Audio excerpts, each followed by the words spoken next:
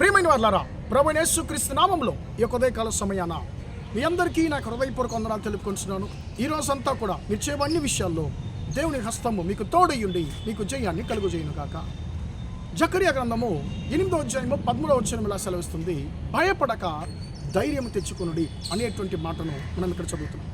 ప్రియమైన దేవుని బిడ్డలారా, ఈ యొక్క ఉదయకాల సమయాన దేవుడు నిన్ను నన్ను చూసాను అంటున్నాడు. నా కుమారుడు, నా కుమార్తెను భయపడొద్దు, ధైర్యం తెచ్చుకో అని చెప్పి మనల్ని అంటున్నాడండి.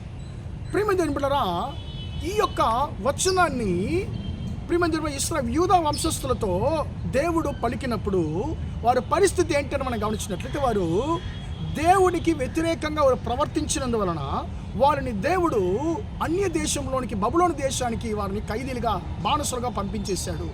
దాదాపు 70 సంవత్సరాలు అక్కడ బానిసలుగా ఉన్నారు. వారి జీవితంలో ఏ యొక్క ఆశీర్వాదం లేదు. వారు సొమ్మసిల్లిపోయిన పరిస్థితుల్లో ఇంకంతేనా జీవితం అని చెప్పి వారు బాధల్లో ఉన్న సమయంలో దేవుని యొక్క మాట వారికి ముందుగా వస్తుంది. దేవుడు అంటున్నాడు, వారితో చూసి దేవుడు అంటున్నాడు, నా బిడ్డలారా, ఇశ్రాయేలు వంశస్థులారా, యూదా వంశస్థులారా, భయపడకుడి, మీ యొక్క భయపడకుడి, ధైర్యము తెచ్చుకునుడి అని చెప్పి అంటున్నాడు. ఎందుకు?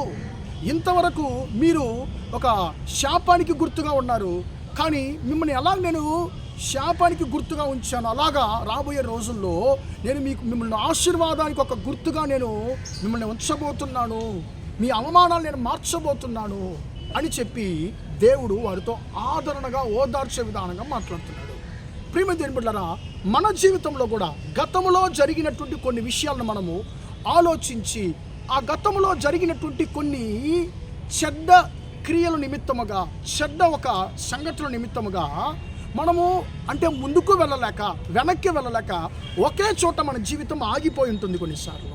ప్రియమైన దేవుని బిడ్డలారా, మనము ముందుకు వెళ్ళాలి అని చెప్పి మనం ప్రయత్నించినా కూడా మనం ముందుకు వెళ్ళలేకపోతున్నాము. గతంలో జరిగినటువంటి ఆ దుఃఖకరమైనటువంటి కార్యాలు మనకు జ్ఞాపకం వచ్చి మనల్ని బాధపరుస్తూ ఉంటున్నాయి, భయపెడుతూ ఉంటున్నాయి. అయ్యో, నా జీవితం ఎలాగా అని చెప్పి మనం భయపడతాం ఎక్కువ. కొంతమంది ముందుకు వెళ్ళాలి అని చెప్పి అనుకున్నప్పుడు వారికి ఇంకా ఎక్కువ భయం అవుతాయి. గతంలో జరిగినట్టు మళ్ళీ నాకు ఇంకొక లాస్ జరిగితే, ఇంకొక దుఃఖకరమైన సంఘటన నాకు జరిగితే నేను ఎలా దాన్ని నేను భరించాలని చెప్పి భయపడుతూ ఉంటాను. అలాంటి భయంలో మీరు ఉన్నట్లయితే దేవుని బిడ్డ, ఈ మాట మీకే దేవుడు మాట్లాడుతున్నాడు. నా కుమారుడు, నా కుమార్తెను భయపడొద్దు, ధైర్యం తెచ్చుకో, నేను నిన్ను ఆశీర్వదించబోతున్నానని చెప్పి అంటున్నాను. ప్రియమైన దేవుని బిడ్డలారా, ఇంతవరకు మనుషులు మనకు ఆశీర్వాదాన్ని పాడు చేసి ఉండొచ్చు. ప్రియమైన దేవుని బిడ్డలారా, కానీ దేవుడు అంటున్నాడు, నేను ఇక మీద మీ కార్యాలను, మీ చేతి పనులు అన్నిటిని నేను దీవించబోతున్నాను, భయపడకుడి, ధైర్యము తెచ్చుకుని అని చెప్పి అంటున్నాను. కాబట్టి ప్రియమైన దేవుని బిడ్డలారా, మన జీవితంలో మనం ముందుకు వెళదాము. మనం ఏది చేయడానికి ఉద్దేశిస్తున్నామో వాటిని దేవుని చేతికి మనం అప్పగించి మనం ముందుకు సాగదాము. మన చేతి క్రియలను ఆయన దీవించడానికి ఆయన సమర్థుడుగా ఉంటున్నాడు. ప్రార్థన చేద్దామా? ప్రేమగల మా తండ్రి, దయగల దేవా, ఇంతవరకు ఈ మాటలు విన్న తండ్రి, నీ బిడ్డలు మీరు దీవించండి, ఆశీర్వదించండి అయ్యా.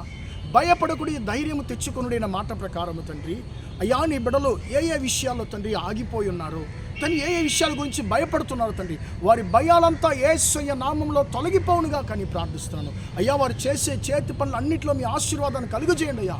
భయపడకుడి, ధైర్యం తెచ్చుకుండి అని చెప్పి తండ్రి వాగ్దానం చేసిన దేవుడు తండ్రి, నీ బిడ్డలకు తండ్రి వారు చేయే అన్ని విషయాల్లో తండ్రి మీరు ఆశీర్వాదాన్ని కలుగజేయండి. ఇంతవరకు మీ బిడ్డలకు కలిగిన అప్పజయాలన్నీ యేసయ్య నామంలో మారిపోవునుగా కానీ ప్రార్థిస్తున్నాను తండ్రి. ఈరోజు అంతా కూడా మా సహోదర సహోదరి చేసే అన్ని విషయాల్లో తండ్రి మీ హస్తము తోడుండి వారిని ఆశీర్వదించమని యేసయ్య నామంలో ప్రార్థించడానికి వేడుకొంటున్నాను తండ్రి.